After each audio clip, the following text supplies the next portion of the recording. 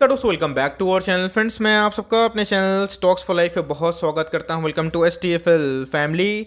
Dear family members, ये video बहुत ही खास होने वाली है क्योंकि दोस्तों मार्केट ऑल टाइम हाई पे है। इसी बीच में बहुत ऐसे लोग हैं उनके पास 1 लाख रुपीज़ है, 2 लाख रुपीज़ है, 3 लाख रुपीज़ है, लेकिन मार्केट ऑल टाइम हाई पे थोड़ा कतरा रहे हैं निवेश करना। ऑफकोर्स दोस्तों मार्केट का वैल्यूएशन थोड़ा रिच है एज कम्पेयर टू द, अगर आप इकोनॉमिक्स से कंपेयर करें, लेकिन इसी बीच में SIP का दोस्तों कोई लेवल नहीं होता है। इसी बीच में दोस्तों बहुत ही डिफेंसिव पोर्टफोलियो मैंने आज डिज़ाइन किया है, जहाँ पे मैंने बैंक और NBFC को थोड़ा कम प्रेफरेंस दिया है। ऐसा क्यों? तो गाइस मार्केट में NPA को लेके इशू चल रहा है। इसी बीच में जहाँ पे पैसे बनने के चांसेस है और जहाँ डिफेंसिव कैटेगरी से आप निवेश कर सकते हो, तो कौन कौन सा वो स्टॉक है? तो जी हाँ दोस्तों, इधर पे मैंने कुछ स्टॉक को शॉर्ट किए हैं और जहाँ पे रिस्क की पॉसिबिलिटी बहुत ही कम है और मार्केट अगर कभी भी लाल होता है, 1-2% गिरता है, तो आप चाहें तो 30,000, 20,000, 15,000 एज पर फाइनेंशियल कैपेबिलिटी इन सब स्टॉक पे नजर रख सकते हैं। गाइस मैंने वेटेज वाइज भी थोड़ा सा एलोकेशन देने की कोशिश की है, तो कैसा मैंने एलोकेशन दिया है मैं बताने की कोशिश करूंगा। बहुत कुछ सीखने को मिलेगा। चैनल फर्स्ट टाइम होंगे सब्सक्राइब कर सकते हैं इस तरह क्वालिटी कंटेंट को सबसे पहले एक्सेस करने के लिए। Now without delaying any for time, let's begin. इस बात की जाए, मार्केट ऑल टाइम हाई पे हो, लो पे हो, इन्फोसिस एक ऐसा स्टॉक है जो आपके पोर्टफोलियो में ज़रूर होना चाहिए।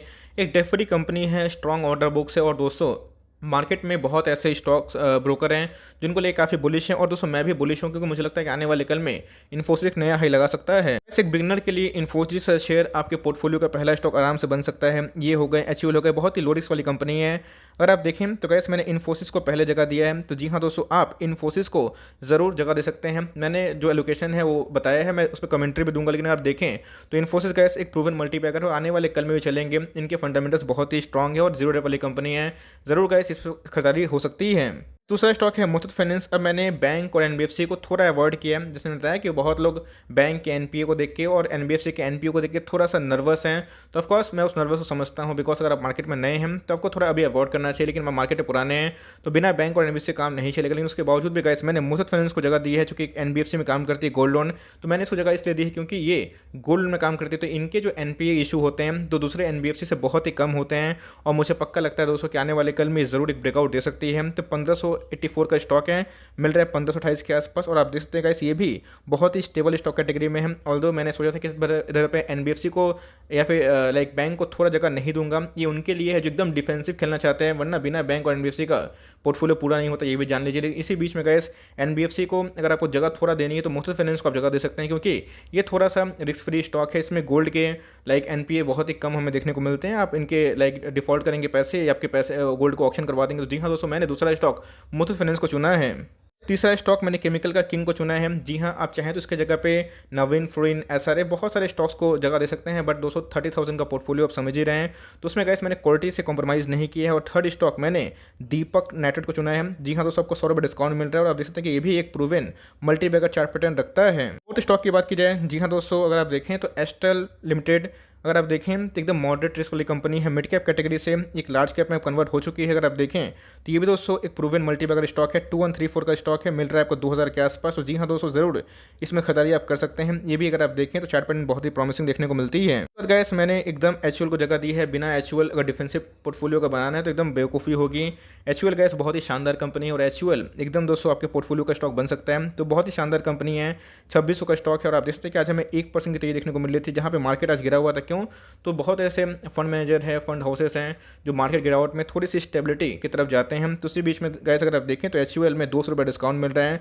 जी हाँ दोस्तों, आपके SIP कैटेगरी में ज़रूर हो सकता है। तो गैस मैंने जगह दी है Berger paint of India limited को। ये भी बहुत ही शानदार कंपनी है और दोस्तों इधर पर अगर आप देखिए तो इसने आज फ्रेश हाई लगाया, लेकिन ये दोस्तों हाई पे हाई लगाता चला जाएगा, ऐसा स्टॉक है और हर साल आपके पैसे 25-30% के आसपास बनाता रहेगा। तो ये स्टॉक दोस्तों मैंने आपके लिए सजेस्ट किया है।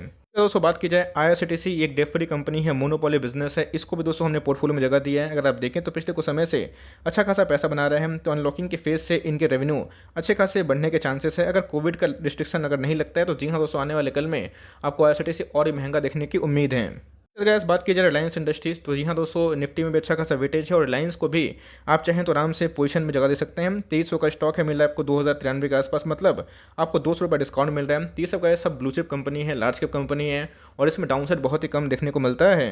अब थोड़ा सा समझने की आवश्यकता है कि जो मैंने पोर्टफोलियो बनाया उसके पीछे का मोटो क्या है, उसके पीछे का लॉजिक क्या है। जिसने बताया मैंने दोस्तों एक रिस्क फ्री कंपनी का पोर्टफोलियो बनाया है और इसमें मैंने बैंक और NBFC को जगह नहीं दी है। जैसे मैंने HDFC लिमिटेड को, HDFC बैंक को, उसके साथ ICICI बैंक को, बहुत सारे स्टॉक्स को जगह नहीं दी है। ऐसा क्यों? तो एनपीए का इशू है, तो बहुत लोग उससे ओके नहीं है। लेकिन जो मार्केट के अच्छे प्लेयर जो थोड़ा सा लाइक एनपीए को संभाल सकते हैं, वो ज़रूर अपने अकॉर्डिंग इसमें प्लस माइनस कर सकते हैं। लेकिन इसी बीच में मैंने इन्फोसिस में दोस्तों 3 स्टॉक खरीदने की राय दी है। तो जी हाँ दोस्तों, इन्फोसिस का जो वेटेज है मैंने थोड़ा ज़्यादा इसमें रखने की कोशिश की है। अगर आप देखें तो 30,000 का पोर्टफोलियो, उस हिसाब से मैंने 14% के आसपास इन्फोसिस का वेटेज दिया है। अगर आप चाहें तो इन्फोसिस को 1 या फिर 2 करके इसकी जगह आप एक और टीसीएस को या फिर एचसीएल टेक को या फिर कोई भी company as per your like convenience आप ऐड कर सकते हैं। ऑलरेडी 30 शेयर का पोर्टफोलियो 8 स्टॉक हो गए हैं, वरना 10-12 हो जाते हैं। इसीलिए आप चाहे तो प्लस माइनस कर सकते हैं। तो 1500 का भाव पर दोस्तों आप चाहे तो इन्फोसिस पे 3 स्टॉक खरीद सकते हैं। ये मार्केट डाल होता है तो एड ऑन डिप्स की स्ट्रैटेजी से आप इसको या फिर टीसीएस को, एलटीआई को, एचसीएल टेक को मैंने क्या बताया अपने प्रेफरेंस के अकॉर्डिंग काम कर सकते हैं। उसके बाद दोस्तों मैंने क्या बताया कि मुथूट फाइनेंस को मैंने जगह स्पेशल इसलिए दी है क्योंकि ये भी एक एनबीएफसी में आता है, बैंक में आता है, लेकिन इनके एनपीए बहुत ही कम बनते हैं और ये भी एक अंडर वैल्यू स्टॉक है। तो जी हाँ, मैंने 1524 के भाव पे 2 स्टॉक खरीदने की रिकमेंडेशन दी और जितना गिरे आपको दोस्तों अपने अकॉर्डिंग इस पे प्लस माइनस आप कर सकते हैं। उसके बाद गैस बात की जाए दीपक नाइट्रेट, जी हाँ दोस्तों, मैंने इस पे भी 2 स्टॉक खरीदने की रिकमेंडेशन दी है बिकॉज केमिकल का एक बहुत ही शानदार कंपनी हमें देखने को मिलती है। तो 3820 के भाव हमें देखने को मिल रहे हैं। अगर आप देखें तो रिलायंस इंडस्ट्रीज अपने आप में एक शानदार कंपनी है। इधर मैंने आपको 2 स्टॉक खरीदने की रिकमेंडेशन दी है। ऑल्दो को पता है रिलायंस एक शानदार कंपनी है, इनके आईपीओ को लेकर ये बात चल रहा है, क्या पता O2C या फिर रिटेल को कभी भी लिस्टिंग करवा सकते हैं और कंपनी के पास ह्यूज रिजर्व सरप्लस हैं और कंपनी एक मार्केट लीडर है। तो जी हाँ दोस्तों, आप इसको भी अपना 2 स्टॉक खरीद सकते हैं। जी हाँ, एक बहुत ही अच्छा चॉइस हो सकता है। बात की जाए एस्ट्रल लिमिटेड, जी हाँ दोस्तों, अगर आप चाहें तो एक स्टॉक सीएमपी में बाई कर सकते हैं।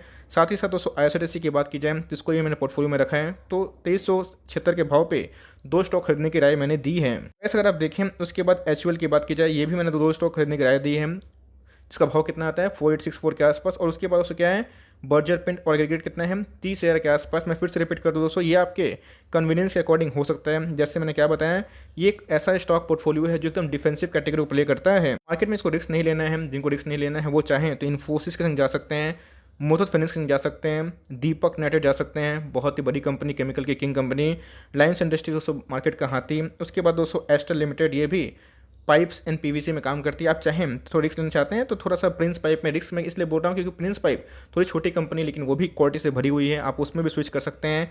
आईआरसीटीसी तो एकदम मस्ट है बिकॉज आईआरसीटीसी बिजनेस सही होगा तो आने वाले 6 महीना साल भर में यही आपको प्राइस 3000 के ऊपर जरूर देखने की उम्मीद है। एचयूएल की बात की जाए तो बहुत ही डिफेंसिव डेफरी कंपनी, ये भी डेफरी कंपनी। और बर्जर पेंट की बात की जाए तो ये भी एक शानदार कंपनी है। तो यही दोस्तों ऑल टाइम हाई पे है, वरना थोड़ा थोड़ा स्टॉक करेक्शन देखने को मिल रहा है। तो आप चाहें दोस्तों तो ये एक डिफेंसिव पोर्टफोलियो का रेफरेंस लेके आप इसे प्लस माइनस कर सकते हैं। मैं फिर से बताता हूँ, इसमें बहुत सारे ऐसे स्टॉक्स हैं जो मेरे पोर्टफोलियो के लाइक स्टॉक होने के बावजूद मैंने ऐड नहीं किया है। जैसे एशियन पेंट हो गए, उसके साथ साथ दोस्तों एमटीआर टेक्नोलॉजीज हो गए, प्रिंस पाइप हो गए, नवीन फ्लोरिन हो गए, तो एचडीएफसी बैंक हो गए, एचडीएफसी लिमिटेड हो गए। ये सारे स्टॉक दोस्तों हम लोग होल्ड करते हैं। लेकिन जैसे बताया कि मार्केट गिरता है, अगर आप एकदम लाइक एमलेस है, आपको समझ में नहीं आ रहा है कि कहाँ पर निवेश करें, तो इन सब का रेफरेंस आप काम कर सकते हैं।